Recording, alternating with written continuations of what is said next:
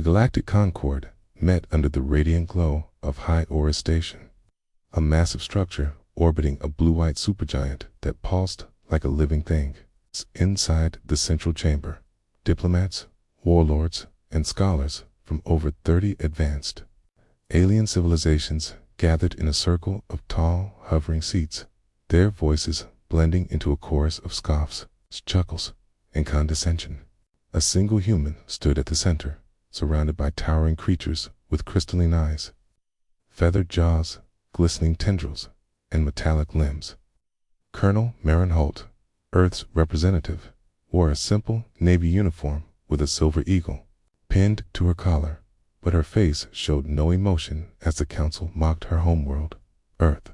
Barked Admiral Yasher, a Tharn Dominion commander with scales that shimmered like hot glass, still launching satellites with combustion fuel. Laughter erupted across the chamber. Their cities flood when the weather turns, hissed a floating kilos diplomat, its voice like boiling syrup. They think building a moon base makes them a galactic power, sneered another. Holt stood still, her eyes moving slowly from face to face, memorizing them. She didn't argue. She didn't plead. She didn't even flinch when they voted to deny Earth any military support. The official reason: Earth's defenses were too weak to be of consequence. The unofficial reason: humans were still considered a primitive, reckless species, barely tolerated in diplomatic circles, barely seen as sentient by some. "Thank you for your time," Holt said quietly, her voice calm, almost a calm before. She turned and walked out. The chamber dimmed as she left, but no one noticed. They were too busy laughing. Her transport lifted from the station and glided into the black. Holt tapped a small metal disc on her wrist. Instantly, the signal pulsed through secure channels known only to a few on Earth. A message traveled silently across the solar system, beyond the orbit of Jupiter, to a classified zone hidden in the shadow of Saturn's rings, where the gas giants' radiation cloaked human activity from galactic surveillance. There, deep beneath the frozen crust of a shepherd moon, a massive hangar stirred to life. Inside, it stood a warship unlike any other ever built by humanity, longer than 10 aircraft carriers, armed with weapons designed not just to match alien tech, but to surpass it. Its surface was made of reactive alloy that could shift on command, absorbing energy and reflecting hostile scans. Its heart was a dark matter core wrapped in a cage of folded dimensions, and its name was carved into its armored hull in blocky English letters: A-E-G-I-S Teton. As Holt's message reached the Titan's bridge, the crew, already standing by in silence, came to life. Engineers ran final diagnostics, tactical AI systems synchronized. The ship's reactor began to hum, slow at first, then growing into a low thunder that seemed to shake the bones of the moon itself. Holt's voice came through the command line. "Status." A calm response followed. "Titan is ready, awaiting launch clearance." Outside, a long, dark ship, unlike anything in galactic archives, emerged slowly from its cradle, its massive engines thrumming with power hidden from the eyes of those who had dismissed Earth as weak. The stars reflected off its curved plating, giving it the look of a predator cloaked in night. Meanwhile, back at HFY Station, the council continued their discussions without a second thought, already shifting focus to other real threat spreads near the Trellon expanse. Border disputes with the Onyx Collective, and the usual petty politics. Earth had been categorized and forgotten again, marked as irrelevant. But far across the system, something had changed. Cameras on Mars's outer colonies had picked up movement in known ships, black as obsidian, drifting silently past observation points. No insignias, no communication. When Earth sent patrol ships to investigate, they vanished. The council laughed. Again, when informed. Probably a reactor malfunction. "They still use fission engines, don't they?" said one. But Holt wasn't laughing. She was already aboard the Titan now, seated in the captain's chair as the launch countdown began. She stared out at the vastness of space, her face still calm, but her fingers tightened into fists. The last time humanity had reached out to the galaxy, it had been met with open palms, then clenched fists. Now it would answer with something stronger. As the Titan powered up, the stars above seemed to flicker not because of the ship, but because something else was watching. Something had stirred in the darkness beyond the known sectors. Something old, something hunting. Holt didn't know what it was yet, but she knew this. Earth would not be laughed at again beneath the pale glow of Saturn's rings. Deep inside a hidden hangar carved into the frozen moon Mimas, the Titan stirred like a giant awakening from a long sleep. Engineers in white suits ran along its curved halls, checking final systems as alarms blinked a soft blue. The Aegis Titan, Earth's first and only Titan-class warship, had never seen space before today. It had taken 15 years to build, with help from every major Earth nation and secret knowledge pulled from wrecked alien probes. No one outside the Sol system knew it existed. Its armor was smooth like black glass, layered with adaptive alloys that bent light and absorbed scans. Its engines, powered by a dark matter core, were quiet but strong enough to warp space for instant jumps. Colonel Marin Holt stood on the command deck, looking over the crew pilots, strategists, scientists, and a tactical AI named Kairos. Every screen on the bridge flickered with green light. "Begin launch," Holt said, her voice steady. Deck vibrated as magnetic clamps released. Slowly, the Titan rose from its cradle, passing through a shimmering energy shield that separated it from the harsh cold of space. Beyond, Saturn loomed like a sleeping god, its rings whispering across the stars. "Engage cloak," Holt ordered. The Titan vanished, its form bending light perfectly as it disappeared from all sensors. They were now a ghost in the dark. Back on Earth, government leaders watched from bunkers, silent and tense. Across the solar system, panic was spreading. The strange enemy fleet seen near Mars was now confirmed hostile. All patrols sent to investigate were gone. No wreckage, no signal, just silence. Earth's orbital defenses, though improved in recent years, were still no match for an unknown force.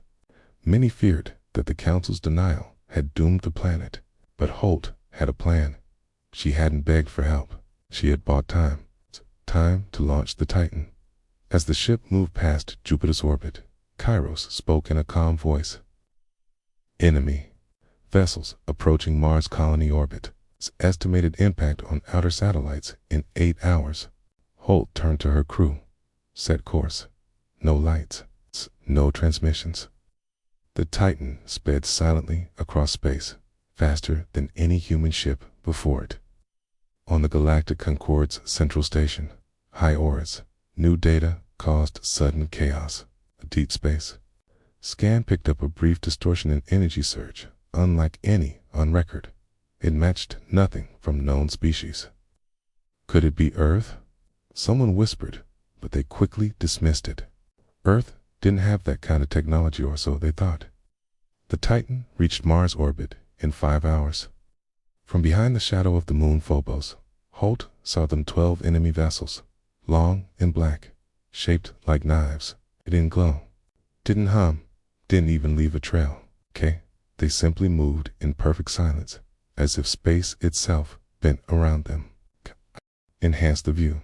No life signs, no languages, no known technology. They were truly alien. "Should we attempt contact?" asked Commander Lee, standing beside Holt. "No," Holt replied. "We tried peace. Now we show strength." She stood, tall eyes focused on the screen. "Charge the arc core. Bring the spinal lance online." The ship's core began to glow beneath its hull, pulling power from the dark matter reactor. Panels opened along the Titan's spine, revealing a long, pulsing weapon shaped like a glowing spear. Inside the enemy fleet, movement began slow. At first, then faster. They had noticed something. Maybe the energy buildup, maybe a shadow they didn't expect. One of the enemy ships turned, aiming a strange green beam toward Mars's outer colony. Holt reacted instantly. Fire. Spinal lance unleashed a blinding beam of light. It didn't make a sound, but the silence was louder than thunder. The beam pierced space like a knife through water, cutting through 1, 2, then 3 enemy ships in a single strike. They didn't explode, simply broke apart, fragments drifting like shattered bone. The rest of the alien fleet paused. If confused, then they opened fire. Beams, projectiles, pulses of energy streaked toward the Titan. The ship's defensive field shimmered, absorbing most hits and reflecting others. Holt's crew responded quickly, plasma turrets spinning, railguns firing bursts of magnetized shards, and drone fighters launching from hidden bays. Kairos controlled most of the defense, calculating thousands of moves per second. One by one, the enemy ships fell, but not without a fight. A strange pod from the largest enemy ship broke off and raced toward Mars's colony. It's targeting civilians, someone shouted. Holt didn't hesitate. Intercepted. The Titan spun, faster than any ship its size should, and unleashed a barrage from its belly-mounted cannons. The pod shattered. Cheers rose from the crew, but Holt remained still. This wasn't a victory, not yet.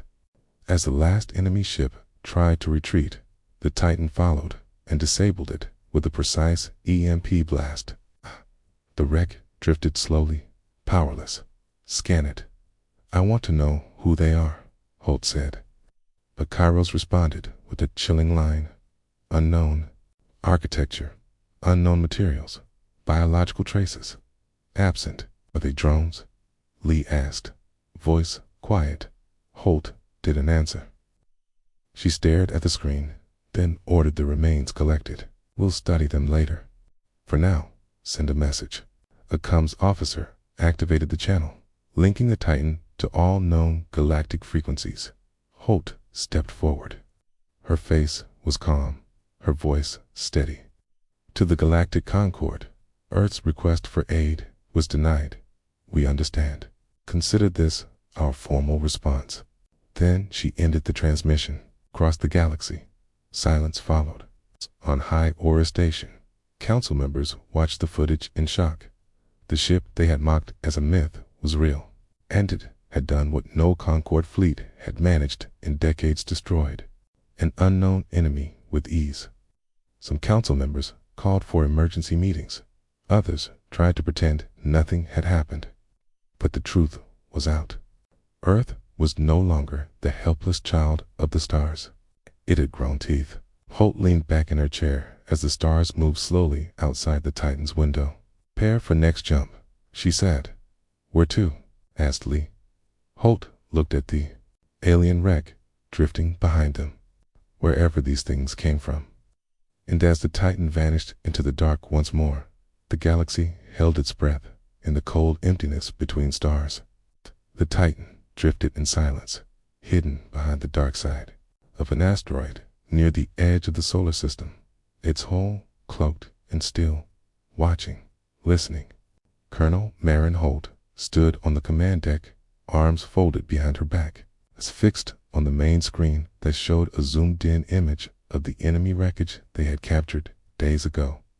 The black alien ship now floated lifelessly in the Titan's holding bay, surrounded by drones and scanners, but no one could explain what it really was. There were no engines as humans understood them. No crew quarters, no fuel tanks, not even a cockpit. It was as if the ship had grown rather than been built, a long, silent thing shaped by some distant intelligence far older than Earth itself. The scans showed no signs of life, but strange signals pulsed from its dark hull, almost like a heartbeat. Kairos, the ship's AI, ran simulations, theories, and deep scans around the clock, but nothing made sense. The metal wasn't on any known chart. The internal systems didn't follow any rules of engineering. It's like trying to read a language without letters. Holt didn't like mysteries, especially ones that killed people. Across the solar system, panic had turned into fear. News of the Titans' battle had leaked, despite Earth Command's best efforts. People now knew something had attacked the colonies, something fast, quiet, and merciless. The Titan had won. The battle, yes, but there were whispers that it was only the beginning. Some believed Earth had provoked a hidden empire. Others thought the ships had come from beyond known space, perhaps from a dark galaxy no telescope had ever seen. All Holt knew for sure was that the enemy was not finished. Her gut told her more were coming. Kairos confirmed it a day later. A long-range scan picked up movement near the edge of the Kuiper belt, hundreds of small distortions, like ripples in space, heading inward. No signals, no beacons, just the quiet tremble of gravity being pulled by unknown engines. Holt ordered the Titan into full stealth mode, and the crew moved like ghosts, speaking in low voices, every sound heavy with tension. No one knew how many enemy ships were coming or what they wanted, but every second the invisible wave moved closer. On the main screen, small blinking dots showed their estimated path, and it pointed straight to Earth. Holt sat in her chair, staring at the silent map, her fingers tapping the edge of the console. She didn't order an attack. She didn't order a warning shot. She waited. Something didn't feel right. The enemy had power, but they hadn't tried to speak. Not a single message, not a single threat. No demands, no declaration, not even a symbol or flag. Okay? They simply came, silently, as if obeying some ancient command. That silence was worse than any roar of war. It meant they weren't coming to fight. They were coming to erase. Earth's leaders begged the Galactic Concord for answers, but the Council remained divided. Some still believed Earth was making it up, trying to scare the galaxy into respecting them. Others watched in silence, disturbed by the Titan's appearance, uncertain whether it was a protector or a weapon too dangerous to allow. Holt didn't care about politics. Her job was to defend Earth, and the time was running out. The alien fleet would reach Mars orbit in 12 hours. She sent scout drones ahead, cloaked and fast, to get a closer look. What they sent back chilled everyone on the Titan. There were hundreds of ships black, silent, each shaped like a blade, and none of them had life signs. Not a single pilot. No heat, a chatter. They were not crewed ships. They were machines, possibly controlled from afar, or worse, acting on their own. "What do they want?" whispered Commander Lee, standing beside Holt. The colonel didn't answer. The question had no answer. Not yet. Instead, she leaned forward and gave one quiet command. "Wake the Arcor." The deck lights dimmed. Deep within the Titan's heart, the core that powered the ship's most advanced weapon systems began to hum. The spinal lance was charged again, ready to strike if needed. But Holt wasn't going to fire first. She needed to be sure. She needed to know what this enemy really was. She gave the order to intercept one ship at the edge of the swarm. The Titans droned, fast and armed, moved like shadows through space, locking onto the closest target and disabling it with electromagnetic pulses. The captured vessel drifted, just like the one before. No response, no resistance. Holt ordered it, pulled aboard. Inside the Titan's lab bay, the second ship was stripped, scanned, and studied. And then something happened. As Kairos probed the vessel's internal systems, the wreck suddenly lit up. Lines of red light moved across its body like veins, and for one terrible moment, every screen on the Titan went black. Just black. Then words began to appear. Not alien symbols. English. Simple, short, and cold. "We see you. We learn. We come." Holt stood frozen, staring at the words. No one spoke. Then the lights returned, and the message vanished. Kairos rebooted in seconds, reporting no trace of the message. But the crew had seen it. Everyone had. Holt clenched her jaw. Whatever this enemy was, it had learned from the first battle. It had taken the defeat not as a loss, but as data. It was not just attacking Earth, it was studying it, testing it, and now it was ready. The time for silence was over. Holt rose from her seat. Her voice cut through the tension like steel. Prepare for battle. Full shield. All systems ready. Bring us into position between Mars and Earth. No more hiding.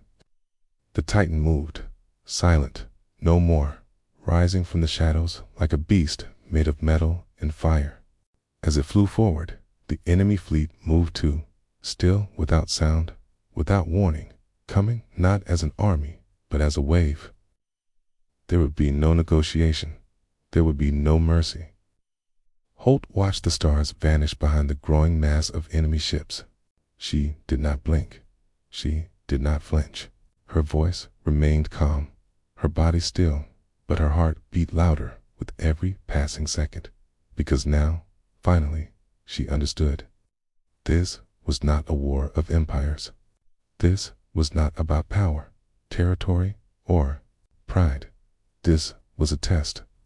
A cold, mathematical trial to see if humanity deserved to survive. And Holt would give them their answer in fire. The stars above Mars dimmed as the enemy fleet arrived like a storm. Hundreds of dark shapes stretching across space, their forms sharp and smooth, like blades forged in silence, moving without sound or signal, filling the void with a quiet that felt heavier than thunder. The Titan, Earth's most powerful warship, hovered in their path. Still cloaked in its advanced armor, but now fully awake. Glowing faintly with the energy of the Arc Core, its weapon systems armed and humming, ready to strike at a moment's notice. Colonel Marin Holt stood in the center of the bridge, her eyes locked on the tactical screen as enemy ships moved closer. Their formation tight, not chaotic like an angry swarm, but organized, methodical, cold to perfect to be random, too fast to be natural. Kairos, the ship's AI, displayed real-time updates, and even it sounded tense as it reported a high probability of coordinated control from a central intelligence, not visible among the incoming ships. Holt didn't wait for a second invitation. Spinal Lance target, the center of the first wave. Fire when ready, she said, her voice sharp and calm, cutting through the quiet panic that had settled across the crew. The command deck dimmed, the core pulsed, and then a blinding white beam tore through the void like a lightning bolt from the gods, striking the heart of the approaching fleet with silent fury. The enemy ships didn't explode in fire like human vessels. Instead, they cracked open in eerie silence, pieces drifting apart like broken glass, as if they were never alive at all. The first wave stopped. The rest of the ships adjusted their path instantly, not retreating, not rushing forward in rage, but moving in a new pattern sideways, then splitting into 3 sections, flanking positions forming as if they were studying.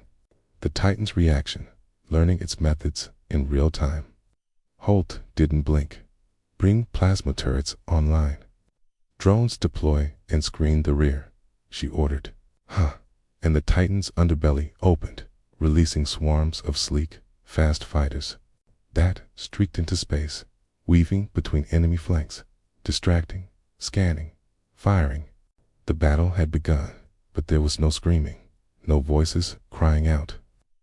Just the cold sound of energy blasts and metal tearing through metal. A war between machines and minds, between silence and survival. Holt's ship moved with grace no one expected from a vessel its size, spinning, diving, rising, its hull glowing faintly as adaptive shields bent around incoming fire, absorbing hits and redirecting energy to power its next shot. The enemy had no such defense when hit. They shattered, fell apart, vanished, but they adapted quickly, forming lines, then spirals, then wedges, closing in tighter, faster, surrounding the Titan like a school of deadly fish. Commander Lee called out warnings, tracking the shifting swarm, but Holt saw the trap forming before Kairos even said it. "They're hurting us," the AI confirmed, its tone edged with something almost like urgency. Holt gritted her teeth and gave the order. 2, dive hard left, down toward the Mars Moon Dimas. The Titan obeyed, engines burning bright for a moment, then going cold again as the ship vanished from sensors. They slipped behind the moon's thin shadow, but not for long. The enemy adjusted within seconds, proving this was no simple AI. They were fighting, it was something smarter, something older, and it was watching. Holt knew hiding wouldn't save them. This was not a game of defense. It was time to hit back. She stared at the enemy pattern and realized something strange. None of the ships were guarding the back of the formation. All pressure was on the front. That meant they weren't worried about being attacked from behind door. They couldn't be. Holt made a bold decision. "We're not fighting the fleet," she said aloud, turning to her crew. "We're hunting the one controlling them." That one sentence changed everything. Kairos adjusted scans to deeper layers, beyond heat and motion, searching for gravitational anomalies, energy spikes, anything that didn't belong. Minutes passed, tension thick as ice, and then the AI found it. "A signal node," it said, "behind the asteroid belt, outside visible range." Possibly the command source. Holt didn't hesitate. Plot a direct course.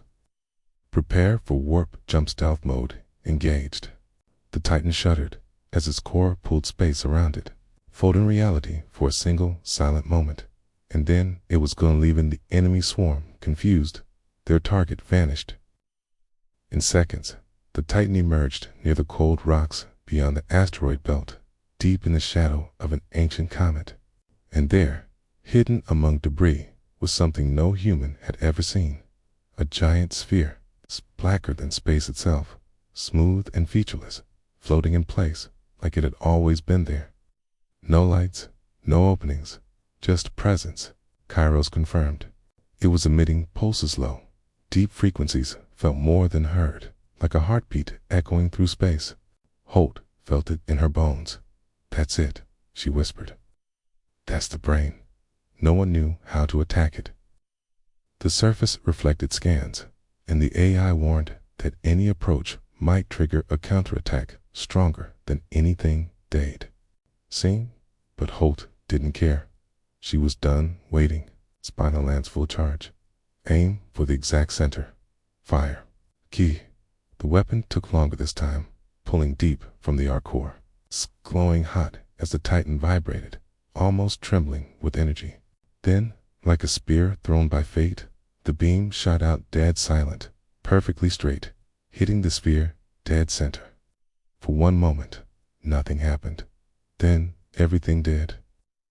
A wave of light exploded from the sphere, not outward, but inward, as if collapsing on itself. The sphere cracked, then melted, then vanished into nothing. And at the same instant, Kairos reported a massive drop in enemy activity. Back near Mars, the alien ships stopped mid-flight, froze in place, then, one by one, began to drift, lifeless, powerless, their control severed. The swarm was broken. Out, stared at the empty space where the sphere had been. No explosion, no wreckage, just ... gone. A whisper of something ancient and watching lingered in the silence. "Do you think that was it?" Lee asked softly. Holt shook her head. It was part of something bigger. It was only a node, a scout, a test. The crew was silent, but everyone felt it. The enemy had not screamed. It had not begged. It had not feared. It just ... stopped, like a machine being turned off. The war wasn't over. This was the first strike. and the Titan had answered it with fire across the Galactic Concorde's high chamber. Silence fell like a curtain as the holographic image of the destroyed command sphere vanished from the central display, leaving behind only blackness and tension so thick it felt alive. Leaders of 50 worlds sat in their elevated seats, their faces lit by pale blue light, their expressions a mixture of shock, fear, and something close to disbelief, while Earth's envoy, Ambassador Rillan Corran, stood alone at the base of the chamber, hands clasped tightly behind his back. His voice having just finished delivering the report from the Titan and Colonel Holt's decisive strike. For years, the Council had mocked Earth, called its people reckless, emotional, too young for true power, a species still crawling out of its own gravity well, with weapons far louder than their diplomacy. And now, in the wake of the Titan's victory, those same leaders were forced to confront a new and terrifying truth, that Earth had not only faced an enemy none of them recognized, but had survived it.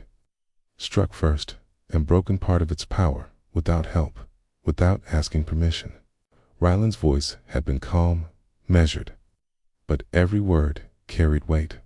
The silent enemy, the mindless swarm, the black command sphere, the loss of Mars satellites, and finally, the moment when the Titan vanished from the battlefield, only two reappeared deep behind enemy lines and destroy what no one else had dared to face.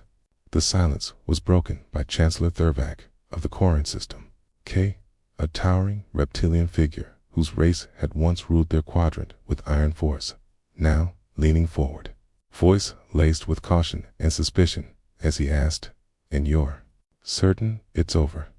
Ryland met his eyes without blinking. "No, we believe this was only one of several control points, possibly part of a greater intelligence." A quiet murmur spread through the chamber like wind through dry leaves. The delegates of Vena Prime, tall figures with faces hidden behind masks of silver, exchanged hushed words in their own tongue before their representative spoke. If this is true, then why strike it alone? Why not call on the Council first? Rillan straightened, his voice cool, 'cause Earth didn't have time. The enemy was already approaching Mars.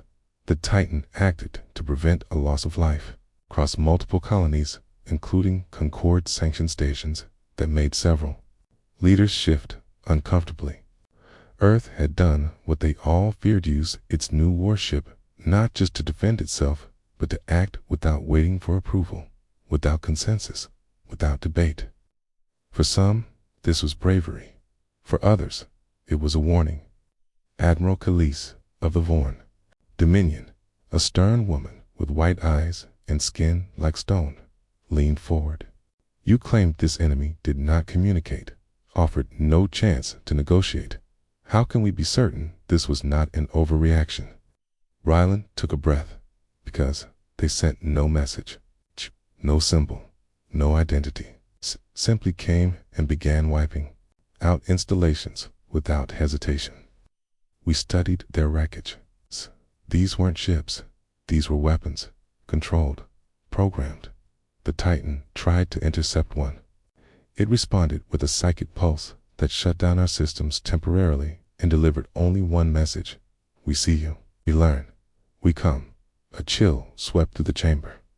The words were displayed again in glowing letters on the central hologram, and every pair of eyes stared at them, silently reading them again and again. The ambassador of the Solari, a race known for their advanced minds and cautious diplomacy, finally spoke, his voice like wind chimes. "If this force is still watching, then by destroying that node, Earth may have triggered something worse." Rillan nodded. "That is a risk Colonel Holt is already preparing for. She has recalled all Titan drones. Earth's defenses have been brought to full alert. And she recommends the Concorde begin doing the same." That last sentence caused a stir, as expected. The idea that the rest of the galaxy should prepare based on Earth's warning was something many in the chamber found hard to accept. Some saw it as arrogance, others as wisdom earned through blood. Grand Speaker Mariel of the Inner Circle, who had long criticized Earth for being unpredictable, leaned into her microphone.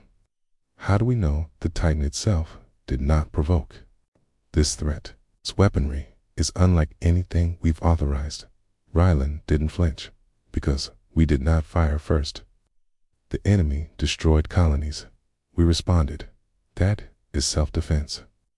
Another voice rose, Journal Voss, from the merchant clans of Veltrax, her face pale and tired.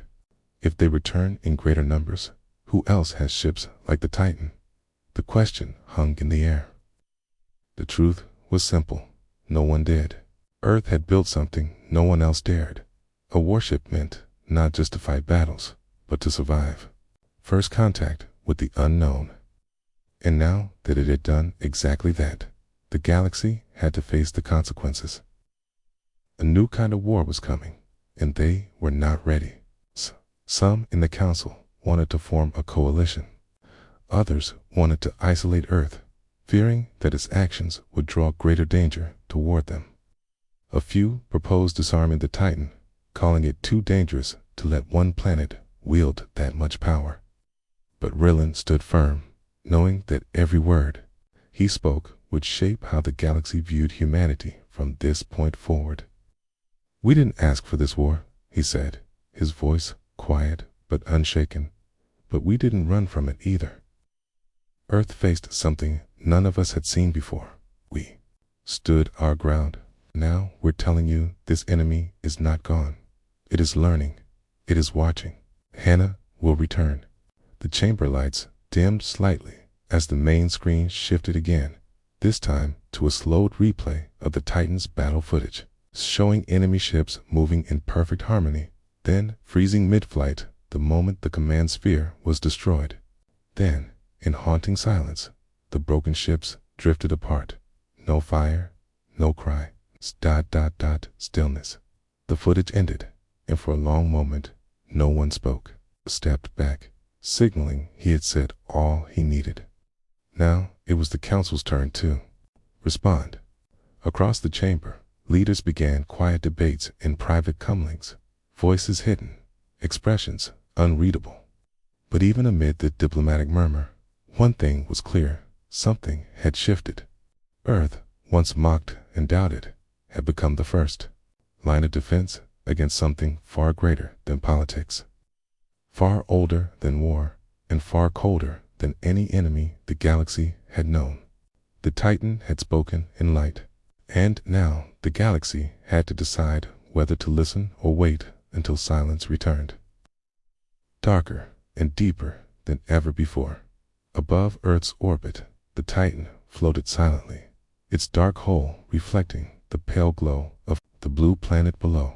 But inside the ship, tension buzzed like electricity in the air as Colonel Marin Holt stood on the bridge with her eyes fixed on the new data streams flashing across the main screen. Strange signals, distorted pulses, energy readings that made no sense by any known science, all coming from deep space beyond the edges of the solar system. And every minute, the signals grew stronger, closer, more focused, as if something out there was searching with purpose, and now it had found what it was looking for. Kairos, the ship's AI, ran thousands of calculations per second, its tone calm but edged with urgency as it reported that the destroyed command sphere had likely been only one of many. Not a leader, but a scout, or perhaps just a tool used by something much greater, and that the enemy had not only learned from their defeat, but had started evolving the patterns of movement among the newly detected signals were faster, smarter, and eerily human. Holt ordered all fleet channels opened, calling every Earth defense station, every moon colony, every outpost across Mars and Jupiter, telling them to prepare for contact. And as she gave her orders, she couldn't shake the heavy feeling in her chest that this time the fight would be different. Not just a battle in the stars, but a deeper kind of war of minds, machines, and survival. The council had sent no reinforcements, Some worlds were watching, others had turned inward. But Earth was alone for now, and the Titan was its shield. Suddenly, the bridge lights dimmed, and a warning siren echoed through the halls. Soft but steady, and Kairos announced a new context, something massive, entering the system at speeds that defied known physics, tearing through space without bending it, as if the laws of motion did not apply to it. The object was not a ship, but a structure, kilometers wide, shaped like a disk made of layered rings, spinning slowly, radiating waves of energy that caused static to flood sensors and gave human crew members sudden headaches and blurred vision. Holt clenched her jaw, staring at the thing on the screen. It didn't glow. It didn't signal. It just arrived and began to slow down near Saturn's orbit, floating there like a waiting storm. For several minutes, nothing moved. Then the signal began, not words, not code, but images flashing directly into the Titan systems, bypassing security, overriding firewalls, showing visions of dead worlds, hollow planets, burned skies, and silence. Kairos tried to filter it, but even the AI paused for a split second, its voice stuttering before recovering. "Colonel," it said, "this is not communication. This is memory, and it does not belong to any living species on record." Holt whispered, "Then what does it belong to?" No one had the answer. As they watched, dozens of new objects began to appear from the edges of the system's maul. At first, it's fast-moving, gliding into formation like birds around a sinking sun. And the AI quickly confirmed they were similar in shape and material to the enemy swarm the Titan had fought before. But their design was sleeker, more refined, as if the enemy had upgraded itself. The real war had begun. Holt ordered the Titan into full combat status. Shields rose, drones launched, weapons charged. But this time, it wasn't just about shooting first. She needed to understand what they were dealing with. She needed to know why they were being shown memories of death. Then Kairos revealed something chilling. The core of the ring structure near Saturn was not a weapon, but a signal amplifier. And it was not just sending memories, it was listening for responses, looking for species that reacted emotionally, learning from them, adapting its next wave of attack. Holt suddenly realized the truth. The enemy wasn't just fighting, it was studying, it was testing, and now it had chosen Earth as the subject of its final exam. "We have to hit it first," she said quietly, almost to herself, "before it finishes learning." But even as she prepared the Titan to attack, Kairos displayed a new alert, a series of coded pulses hidden within the enemy signal, repeating over and over, and when decoded, they formed a simple sequence of numbers, coordinates, pointing toward the edge of the solar system. And beyond that, to something ancient. Colonel Kairos said, "We believe this is a challenge. The enemy is asking us to follow." Holt's hands curled into fists. This wasn't just about Earth anymore. This was about something bigger, something reaching across stars, inviting humanity to either join a game it didn't understand, or be erased for refusing. She had a choice: attack now and possibly trigger a full invasion, or follow the signal, learn what this thing truly was, and try to find a weakness before it was too late. She stared at the screen, then made her choice. "Plot the course," she said. "We follow it, but on our terms." The Titan shifted its course, engines burning quiet blue trails as it turned toward the coordinates, accelerating past Jupiter, past Neptune, toward the dark edge of space where stars no longer twinkled. And as it moved, Holt felt the weight of the moment settle on her shoulders.